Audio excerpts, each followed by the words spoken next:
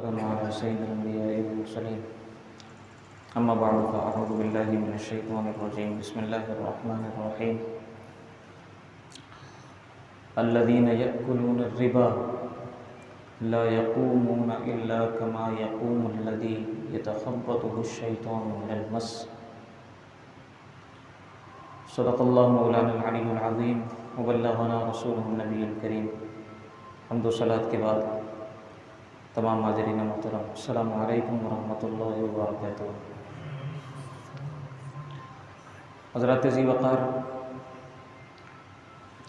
ہمارا پیارا ملک عزیز پاکستان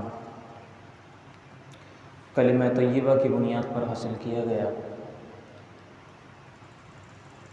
اور جو مقصد تھا اس کے اصول کا وہ یہ تھا کہ یہاں اسلامی نظام نافذ کرنا ہے.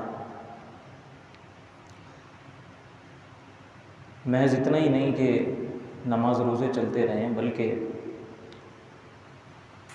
جو ہمارا معاشی نظام ہے، جو ہمارے قضاء کا نظام ہے، یہ سارا نظام اسلام کے اصولوں پر مبنی ہوگا.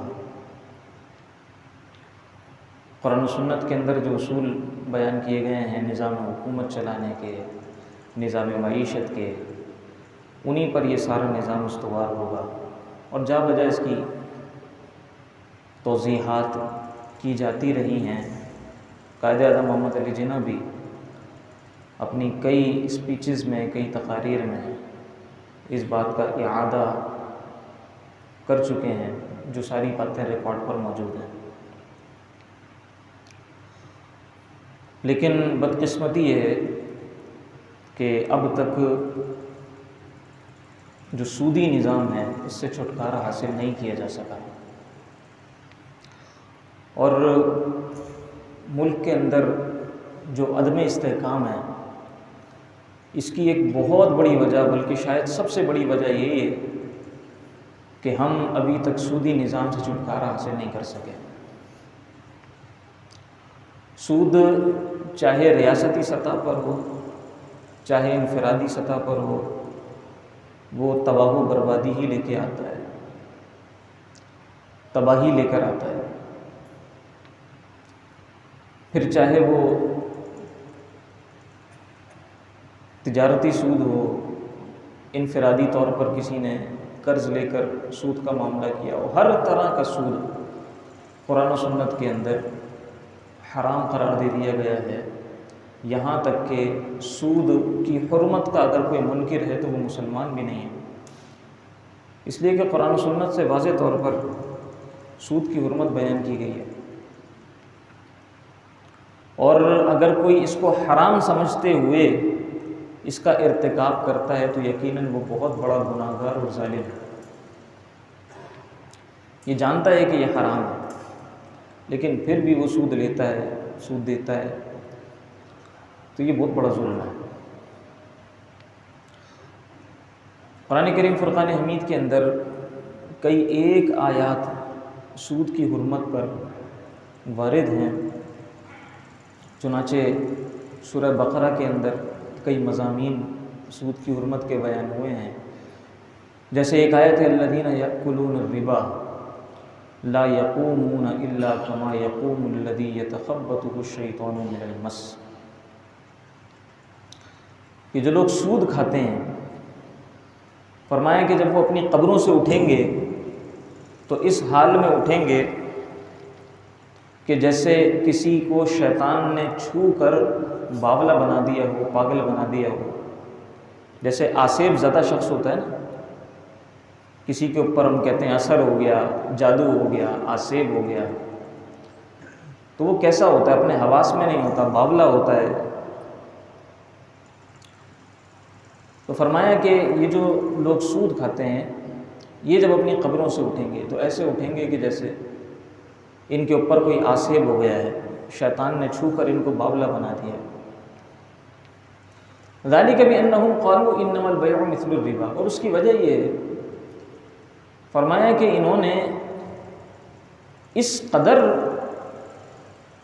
جو ہے وہ جرت کا مظاہرہ کیا تھا کہ یہ کہتے تھے اگر کوئی تجارت کرتا تھا تو یہ کہتے تھے بھائی تم بھی تو تجارت کر کے نفع کماتے ہو، ہم پیسے دے کے پیسے کے اوپر پیسہ کما لیتے ہیں۔ تو ایک ہی بات تو ہے،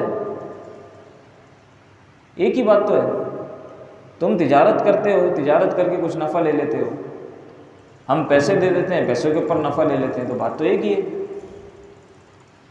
ذالک بأنہم قالوا انما البیع مثل الربا۔ آج بھی اسی قسم کے اعتراضات ہیں، اسی قسم کے اعتراضات سود کے حوالے سے کیے جاتے ہیں، اور بڑی عجیب بات ہے کہ ہم اسلام کے دعوے دار ہیں، مسلمان ہونے کے دعوے دار ہیں، لیکن کسی نہ کسی طرح ہیلے بہانے تلاش کرتے رہتے ہیں کہ کوئی سود کمانے کا، سود کھانے کا کوئی ہیلہ مل جائے۔ ہاں، جسے اللہ تعالیٰ نے توفیق دی ہے اور جو اسلام پر مضبوطی کے ساتھ عمل پیرا ہے اور جو اس بات کو سمجھتا ہے اور اس پر یقین رکھتا ہے، ایسے بھی لوگ ہیں۔ میں نے دیکھے ہیں کہ ایسے ایسے غریب لوگ جو قسم و پرسی کے عالم میں ہیں، ان کے پاس کھانے کو نہیں ہے، ان کو کوئی پیسے نہیں دیتا، اس موقع پر بھی اگر ان کو کوئی سودی پیسے دے رہا ہوتا ہے تو وہ اس سے بچتے ہیں، کہتے ہیں ہمارے لیے مر جانا بہتر ہے سود کھانے سے۔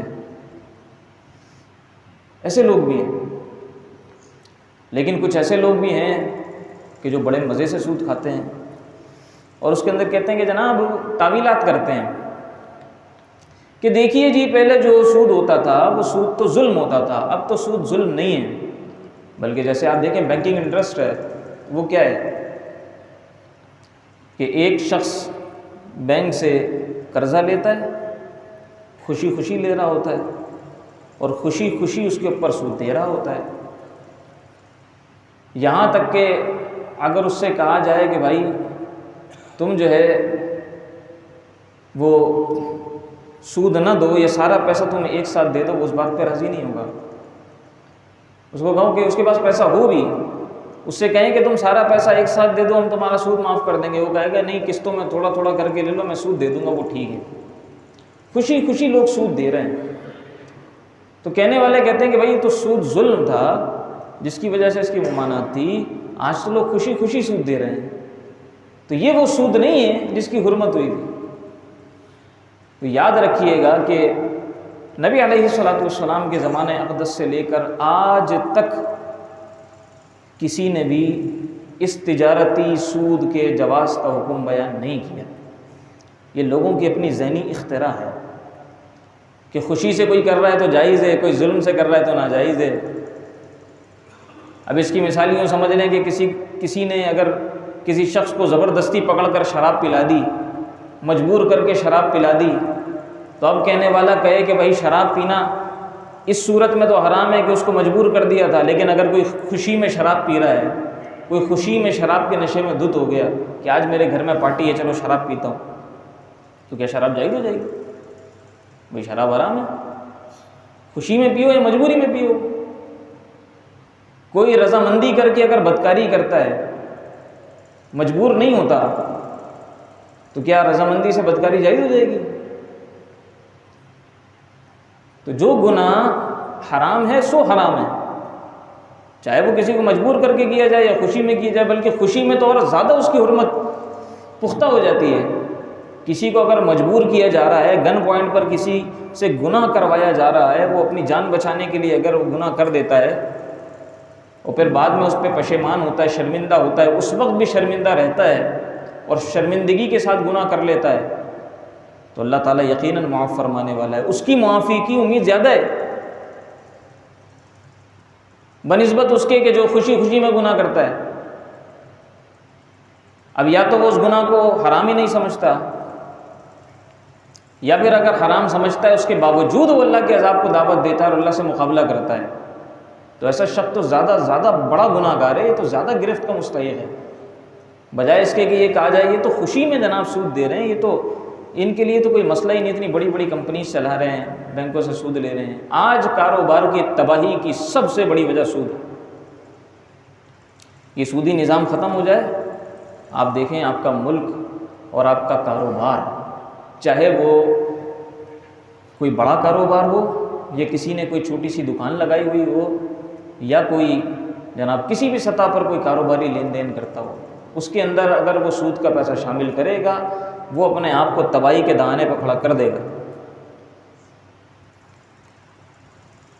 یہ تو ہو گیا دنیاوی عذاب، دنیا میں تباہی ہی تباہی ہے۔ میں آگے چل کر مزید آیات اور احادیث دلائل پیش کروں گا۔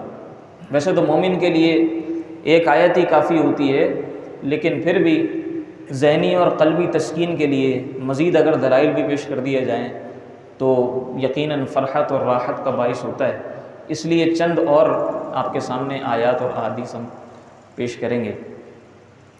الذین یأکلون الربا لا یقومون الا کما یقوم الذی یتخبطہ الشیطان من المس ذلک بانہم قالوا انما البیع مثل الربا۔ انہوں نے کہا تھا کہ سود بھی تو ربا بھی تو تجارت جیسا ہی ہے، فرق کیا ہے دونوں میں؟ وَأَحَلَّ اللَّهُ الْبَيْعَ وَحَرَّمَ الرِّبَا، حالانکہ اللہ تعالیٰ نے بیع کو حلال رکھا ہے، تجارت کو حلال رکھا ہے اور ربا کو حرام فرمایا۔ فَمَنْ جَاءَهُ مَوْعِظَةٌ مِّن رَّبِّهِ فَانْتَهَىٰ فَلَهُ مَا سَلَفَ وَأَمْرُهُ إِلَى اللَّهِ وَمَنْ عَادَ فَأُولَٰئِكَ أَصْحَابُ النَّارِ هُمْ فِيهَا خَالِدُونَ۔ واضح طور پر اللہ تعالیٰ نے فرما دیا کہ جس کے پاس نصیحت آ گئی اور جیسے ہی اس کو پتہ چل گیا، اس کو حکم پتہ چل گیا، اللہ سے ڈر گیا، تو اب یہ نہیں کہ چلو جتنا سود باقی ہے وہ تو لے لیتا ہوں، نہیں، وہ بھی چھوڑ دو۔ کہا وہ بھی چھوڑ دو، اللہ برکت دے گا تمہارے مال میں، اللہ پہ بھروسہ کرو، اللہ پہ یقین رکھو، چھوڑ دو، جو رہ گیا وہ بھی مت لو، جان چھڑاؤ۔ یہ سودی پیسہ جو تمہارے مال میں آ کر شامل ہوگا یہ تمہارے مال کو خراب کر دے گا۔ ایسے ہی کہ جیسے آپ صاف ستھرے مشروب کے اندر ایک قطرہ پیشاب کا ڈال دیں، ایک قطرہ شراب کا ڈال دیں، پورا مشروب برباد ہو جائے گا، صاف ستھرا شربت سارا خراب ہو جائے گا۔ بالکل اسی طریقے سے سود کا 1 روپیہ جب مال میں آتا ہے تو سارا مال برباد کر دیتا ہے۔ اسی طرح ایک جگہ فرمایا کہ یہ جو سودی لین دین ہے، فرمایا اگر تم نہیں چھوڑتے فَإِن لَّمْ تَفْعَلُوا، اگر تم نہیں چھوڑتے فَأْذَنُوا بِحَرْبٍ مِّنَ اللَّهِ وَرَسُولِهِ، تو تم اللہ اور اس کے رسول سے پھر اعلان جنگ قبول کر لو۔ اللہ اور اس کے رسول سے جنگ کون کر سکتا ہے؟ کون جیت سکتا ہے؟ اللہ سے، اس کے رسول سے کون جیت سکتا ہے؟ کون جنگ کر سکتا ہے؟ اب وہ کہنے والا لاکھ کہے کہ جناب مجھے تو مال میں فائدہ ہو رہا ہے، لیکن ان دی اینڈ اس کا مال بھی برباد ہوگا اور اس کی دنیا بھی برباد ہوگی، اس کی آخرت بھی برباد ہوگی۔ یہ نتیجہ ہے سود کا۔ آج آپ کی پوری دنیا کی اکانومی سود کے اوپر کھڑی ہوئی ہے، اور ہر 50-55 سال کے بعد ایک عالمی کساد بازاری آتی ہے اسی سودی نظام کی وجہ سے، جو پورے دنیا کے نظام معیشت کو بٹھا کر رکھ دیتی ہے، برباد کر کے رکھ دیتی ہے۔ اگر آپ نے نہیں دیکھا، نہیں پڑھا، تو 2008 میں جو عالمی کساد بازاری آئی تھی ذرا اس کا مطالعہ کر لیں جا کر کہ ہوا کیا تھا۔ یہ سودی غبارے سے جتنی انکم کھڑی کی گئی تھی یہ ساری ایک دم بیٹھ گئی، غبارہ پھٹ گیا۔ تو یہ اللہ اور اس کے رسول سے اعلان جنگ ہے، فَأْذَنُوا بِحَرْبٍ مِّنَ اللَّهِ وَرَسُولِهِ فَإِن تُبْتُمْ فَلَكُمْ رُءُوسُ أَمْوَالِكُمْ، فرمایا کہ ہاں اگر تم توبہ کر لیتے ہو، باز آ جاتے ہو تو بہت اچھی بات ہے، تمہارا اسی میں بھلا ہے، اسی میں نفع ہے۔ جو تم اصل مال پرنسپل تم نے دیا ہے، ایسا نہیں ہے کہ وہ پرنسپل بھی تمہارا ضائع ہو گیا، وہ بھی تم واپس نہیں لے سکتے، وہ پرنسپل اماؤنٹ تم واپس لے سکتے ہو، وہ تمہارے لیے جائز ہے، وہ تمہارا مال۔ اگر کسی کو 100 روپیہ دیا ہے اور کہا ہے کہ 110 روپے واپس کرنا، ہر مہینے وہ 1 روپے کا سود دیتا ہے اور 100 روپیہ وہیں کا وہیں کھڑا ہے، تو کہا جو 100 روپیہ دیا تھا پرنسپل اماؤنٹ تھا وہ تو تمہارا ہے، وہ تم واپس لے سکتے ہو، لیکن اس کے اوپر جو تم سود لیتے ہو وہ تمہارا نہیں ہے، وہ تمہارے لیے کسی بھی طرح حلال نہیں ہے، کسی بھی طرح جائز نہیں ہے۔ اب دیکھیں اس کے جو اثرات ہیں، ثمرات ہیں، وہ کتنے خطرناک ہیں نا معیشت کے اوپر اور انسان کی اپنی زندگی کے اوپر بھی۔ جو سود کا عادی ہوتا ہے نا وہ ظالم بن جاتا ہے، خون خوار بھیڑیے سے بھی زیادہ خطرناک جانور بن جاتا ہے۔ وہ اسی چکر میں لگا رہتا ہے کہ کسی طرح مجھے موقع ملے اور میں لوگوں کا خون چوسوں، کسی طرح موقع ملے غریب پر ظلم کروں۔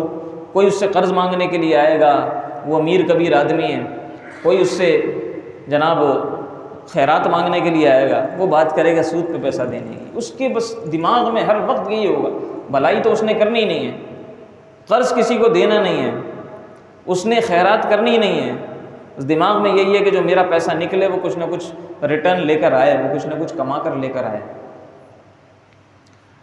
رشتے خراب ہوتے ہیں، نفرتیں بڑھتی ہیں، تعلقات برباد ہو جاتے ہیں، معیشت برباد ہو جاتی ہے۔ اللہ تعالیٰ نے فرمایا یمحق اللہ الربا ویربی الصدقات، اللہ تعالیٰ ربا کو مٹاتا ہے، سود کو مٹاتا ہے، صدقات کو بڑھاتا ہے۔ اسی طرح فرمایا کہ یہ تمہارے سامنے تو سود کا پیسہ بڑھ رہا ہے لیکن اللہ کے نزدیک یہ بڑھتا نہیں ہے۔ اللہ کے فلا یربو عند اللہ کے نزدیک نہیں بڑھتا۔ لیکن اگر تم زکوٰۃ دیتے ہو فَإِنْ آتَيْتُم مِّن زَكَاةٍ تُرِيدُونَ وَجْهَ اللَّهِ فَأُولَٰئِكَ هُمُ الْمُضْعِفُونَ، فرمایا کہ زکوٰۃ جو دیتے ہو نا، زکوٰۃ سے تمہارا پیسہ دگنا ہو جاتا ہے۔ خیرات کرتے ہو، خیرات سے تمہارا پیسہ دگنا ہو جاتا ہے۔ یقین نہیں ہے تو کر کے دیکھ لو۔ صدقات سے، خیرات سے پیسہ دگنا ہوتا ہے، سود سے پیسہ دگنا نہیں ہوتا۔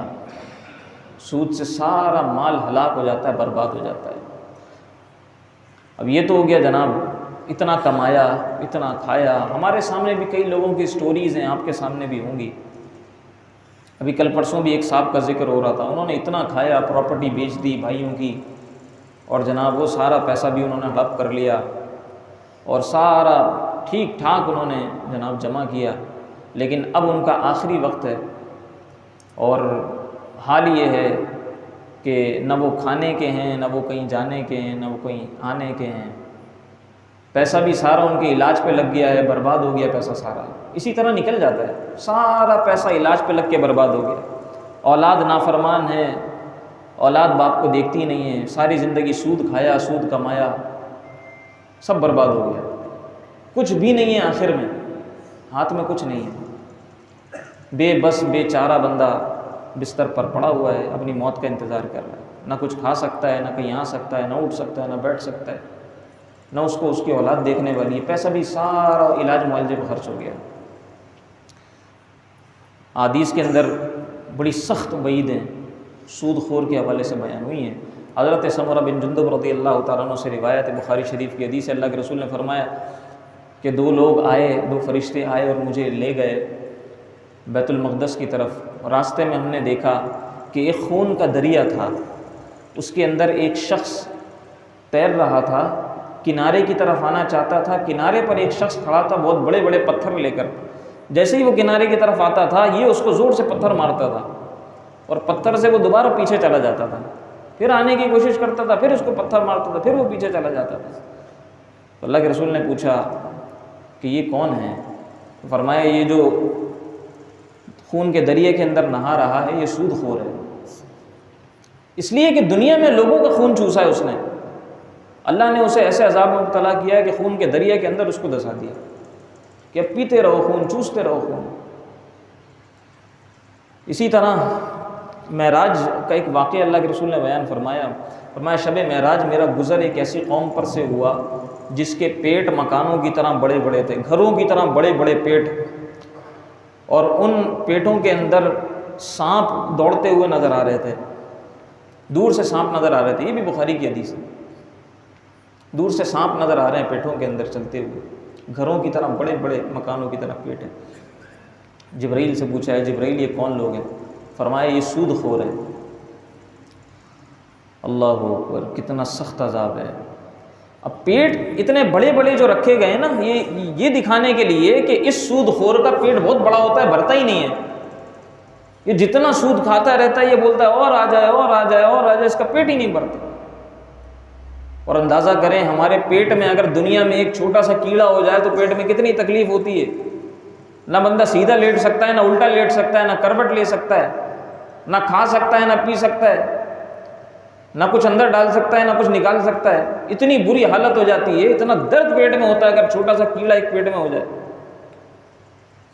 اندازہ کریں اگر سانپ بچھو اندر ٹہل رہے ہوں تو کتنا سخت عذاب ہوگا، کتنا تکلیف دہ یہ عذاب ہوگا۔ اللہ رب العزت ہمیں اپنی پناہ عطا فرمائے۔ حلال کمانے حلال کھانے کی توفیق عطا فرمائے۔ حلال کمانے والے تاجر کو، سچے تاجر کو اللہ کے رسول نے بہت پسند فرمایا ہے۔